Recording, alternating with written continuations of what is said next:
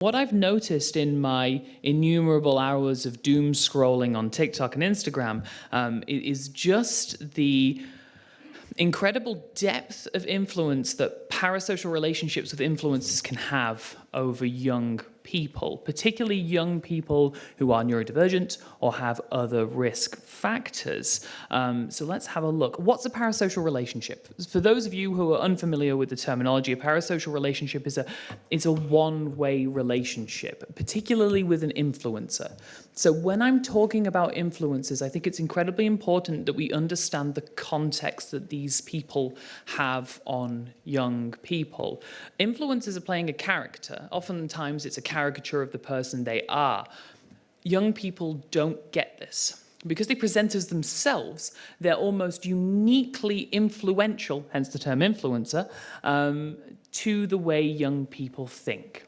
This is XQC. For those of you unfamiliar, XQC he was the most followed person on Twitch, the live streaming platform. He's somewhere in the top 5 now. Now, XQC typifies something that I call the stakification of live streaming.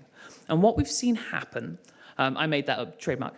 And what we've seen happen is that people who have addicted tendencies towards video games. So a lot of the time we're looking at influencers who are neurodivergent themselves. So XQC used to play World of Warcraft for 14 hours a day. That's what he would do on live stream. Perfectly good video game, it's online, great game, very few microtransactions. And what's happened is a company called Stake.com appeared. For those of you unfamiliar, there you go, there's Stake.com. With Drizzy. Stake.com, for those of you unfamiliar, is an online gambling casino from Curacao. I'll talk about them in a second. And what they've done is they've gone to live streamers and they've given them incredibly lucrative contracts. We are talking $1 million a month to gamble on stream. Drake loves to live stream gambling on Stake.com. And when I'm talking about gambling, I'm talking about this much money. So this is Drake with one of my favorite rappers, Lil Yachty. And Stake wins $900,000. Drake wins $900,000 in an online stake casino. Watch him brush it off. Yeah, 2014. I love 18 there.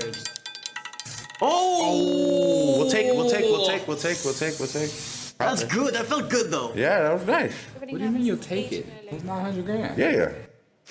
He says, what do you mean you'll take it? It's 900 grand. We're talking about aspirational content being built on traditional forms of gambling. That's a roulette wheel. I'm seeing slot machines. I'm seeing gamified plinketto machines where you drop a ball in the top like a Japanese pachinko machine. This is everywhere online. Absolutely everywhere. Neurodivergent people have an increased risk of addictive behaviors. We do, and this is particularly true for ADHD and autistic people.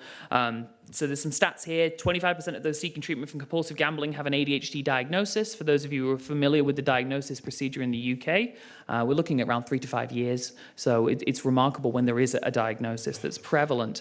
And Grant 2021 discovered a particularly strong trait between autistic traits and gambling harms.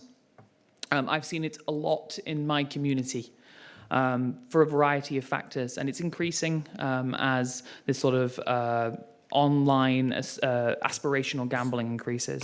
How do we support young people? Because fundamentally we're all here to support the family. That's the single most important thing. That's the reason we're here. Speak to young people about their interests. Ask them if they know about Stake. Ask them how they feel about Drake or Twitch. Are they going on Kick.com? Explain that influencers are characters that real people portray. This is the single most influential point. If there's anything you take away from me info dumping for the last 15 minutes to you, it's that influencers are not the people they portray themselves